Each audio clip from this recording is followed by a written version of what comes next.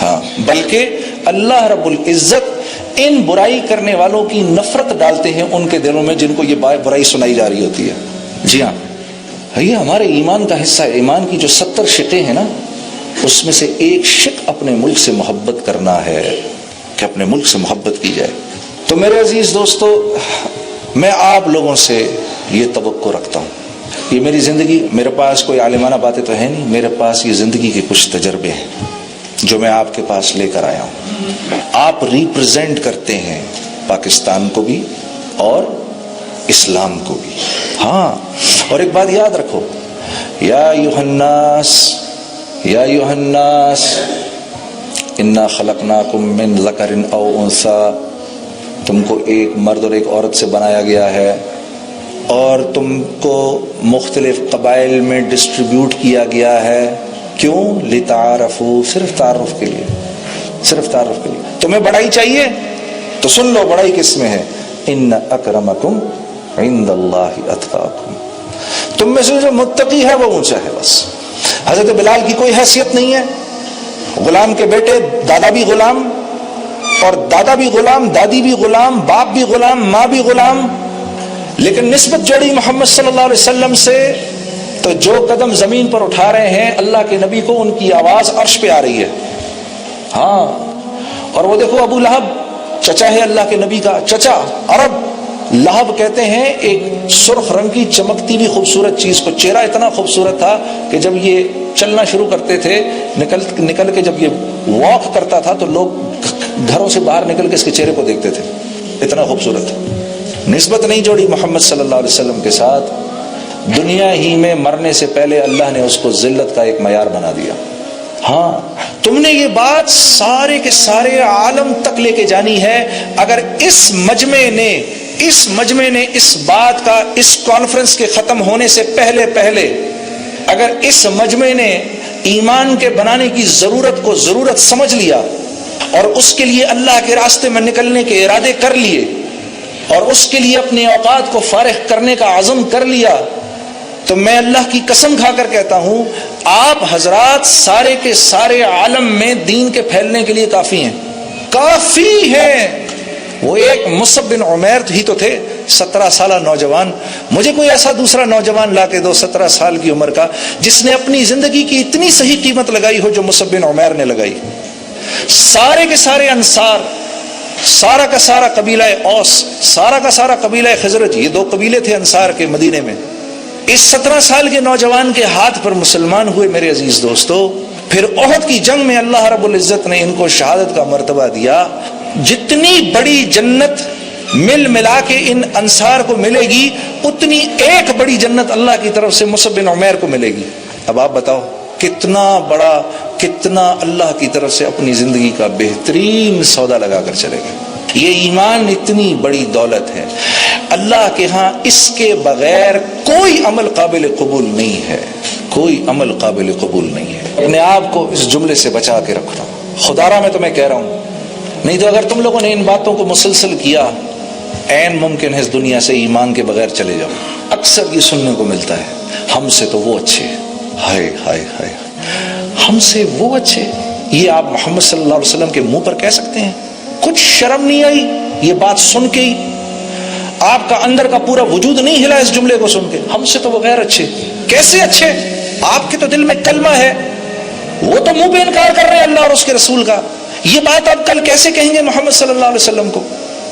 نہیں میرے دوستو، ایک مسلمان کی آپ صلی اللہ علیہ وسلم کعبے کو دیکھ کر فرما رہے ہیں، اے کعبہ تیری حرمت کو سلام، تیری عظمت کو سلام. لیکن ایک مسلمان کی عزت اللہ کے ہاں تجھ سے بڑھ کر ہے. ایک روایت میں آتا ہے اللہ کے لیے یہ بات آسان ہے کہ 7 زمین اور 7 آسمانوں کو توڑ دے، بجائے اس کے کہ ایک مسلمان کی عزت کی ہتک ہو. اب آپ مجھے بتاؤ، جس اللہ کے اس پر کلمہ لکھا ہو اور یہ نیچے گرا ہوا ہو، آپ اس کو اٹھائیں گے، صاف کریں گے، جیب میں ڈالیں گے، کہیں رکھ کے کسی اوپر جگہ پہ رکھ دیں گے. اس پرچے کی تو آپ کی نظر میں اتنی قیمت ہے. تو وہ مسلمان جس کے دل میں کلمہ ہے، میں دراصل اس کو تو کم سمجھوں، ان غیروں کو اونچا سمجھوں.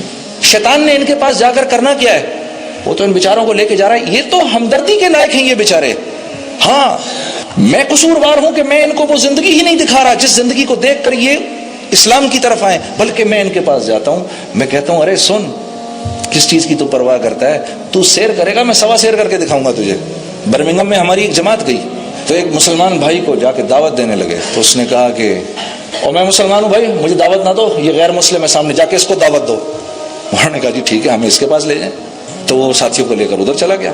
ادھر جب گیا تو جو غیر مسلم تھا وہ اس کو کہتا ہے تو مجھے چاہتا ہے میں مسلمان ہو جاؤں، میں اس کی طرح ہو جاؤں، میری تو ایک گرل فرینڈ ہے، یہ روز ایک بدلتا ہے، میں ویکنڈ پہ شراب پیتا ہوں، یہ روز شراب میں دھت رہتا ہے، میں تو کبھی سال میں ایک دفعہ جا کر کسینو جاتا ہوں، اس کے گھر میں جوا ہوتا ہے، میں اس کی طرح ہو جاؤں۔ جب یہ ہم زندگی ان کو دکھائیں گے تو قصوروار ہم ہوں گے، اب اللہ کی مار براہ راست ہم پر پڑے گی۔ تو یہ لوگ تو رحم کھانے کے لائق ہیں، ان سے ہمدردی ضروری ہے میرے دوستوں، نفرت نہیں۔ انبیاء کا یہ مزاج ہوا کرتا تھا، انبیاء کا یہ مزاج ہوا کرتا تھا کہ انبیاء غیروں سے دل میں انتہائی شفقت رکھتے تھے۔ ہاں، اور جو غیروں سے دل میں شفقت نہیں رکھے گا، اللہ رب العزت اس سے اپنے دین کا کام نہیں لیں گے، کیونکہ یہ کام انبیاء کا کام ہے۔ جب تک انبیاء کے مزاج پر نہیں آئیں گے اس وقت تک یہ کام اللہ نہیں لیں گے، ہم اپنے آپ ہی کو بیوقوف بناتے رہیں گے، خوش فہمی میں رہیں گے۔ لیکن یہ ہم سے بہتر ہو گئے، یہ آپ اور میں پھر محمد صلی اللہ علیہ وسلم کو کیا شکل دکھائیں گے؟ یا رسول اللہ آپ کے کلمے کی تو ہماری نظر میں کوئی قیمت ہی نہیں تھی۔ یہ اکثر یہ جملہ کہہ دیتے ہیں، یہ بھی خطرناک جملہ ہے۔ ان کے اندر تو دین بہت موجود ہے، وہ اگر کلمہ پڑھ لیں تو ہم سے کہیں زیادہ بہتر مسلمان ہو جائیں گے۔ ارے خدا کے بندے، یہ جو اگر مگر تگر تو لگا رہا ہے، ذرا یہ ہونے تو دے پہلے ایک دفعہ، اگر یوں ہو جائے، اگرچہ حالانکہ چونکہ چنانچہ، یہ سب تو بیکار کی باتیں ہیں۔ شیطان تو آئے گا ہی اس کے پاس جس کے دل میں ایمان ہے، وہ تو ایمان کا ڈاکو ہے، اس نے تمہارے مال کو لے کر کیا کرنا ہے؟ اب وہ مسلمانوں کے پاس آتا ہے اور مسلمانوں سے کبائر کرواتا ہے، کبیرہ گناہ کرواتا ہے۔ اس نے اللہ سے وعدہ کیا تھا ان سب کو جہنم میں لے کے جاؤں گا، تو اس کی یہ خواہش ہوتی ہے کہ ان سے کبیرہ گناہ کرواؤں اور اتنا غافل رکھوں کہ یہ استغفار کہیں نہ پڑھ لے، یہ معافی نہ مانگ لے کہیں کبیرہ اپنے گناہوں سے، کیونکہ معافی مانگے گا اللہ فوراً معاف کر دے گا اس کو۔ اللہ نے بھی اس کو یہ کہا ٹھیک ہے تو نے جو کرنا ہے تو کر، لیکن یہ جتنی مرتبہ معافی مانگیں گے میں ان کو معاف کر دوں گا۔ تو اس نے مٹی اٹھا کے اپنے بالوں میں ڈال لی، ہائے ہائے ہائے یہ کیا ہوا؟ بیکاز ہی تھاٹ میں نے ایک نافرمانی کی، میں جہنم سے نکالا گیا، یہ 60-70 سال کے لیے تو کم از کم آئیں گے ہی نا، ایک نافرمانی تو میں بھی کروا لوں گا ان سے، سب ہم جائیں گے ایک ساتھ ہی۔ تو اللہ پاک نے کہا نہیں، جتنی بار معافی مانگیں گے میں ان کو معاف کر دوں گا۔ اللہ آپ کا آنا قبول کرے۔ ایک مرتبہ پھر بھائی سب دوستوں سے دل کی گہرائی سے آپ کا شکریہ بھی، آپ نے مجھے موقع دیا میں یہاں آ کر آپ سے بات کروں۔ اللہ پاک ہم سب کو مرنے سے پہلے میرے دوستو ایسے آثار بنانے کی توفیق دے، ہم جب یہاں سے جائیں تو ہماری قبر روشن ہو۔ ہم اس دنیا میں آئے ہی ایک شاندار موت بنانے کے لیے ہیں، ہم اس دنیا میں آئے ہی جنت میں جانے کے لیے ہیں، ہم تو یہاں کی مخلوق ہی نہیں ہیں۔ ہاں، میں ایک مرتبہ میری بیگم نے میرے سے پوچھ لیا یہ مردوں کو کیا پرابلم ہے، یہ کیوں دیکھتے ہیں دوسری عورت کی طرف؟ میں نے کہا اس لیے کیونکہ ہم جنت کی مخلوق ہیں، ایک عورت سے ہمارا گزارا نہیں ہے یار، کیا کریں ہم تو جنت کی مخلوق ہیں بھائی۔ دیکھو نا ہنس رہے ہیں، یہ بھی، یہ دونوں بھی ہنس رہے ہیں۔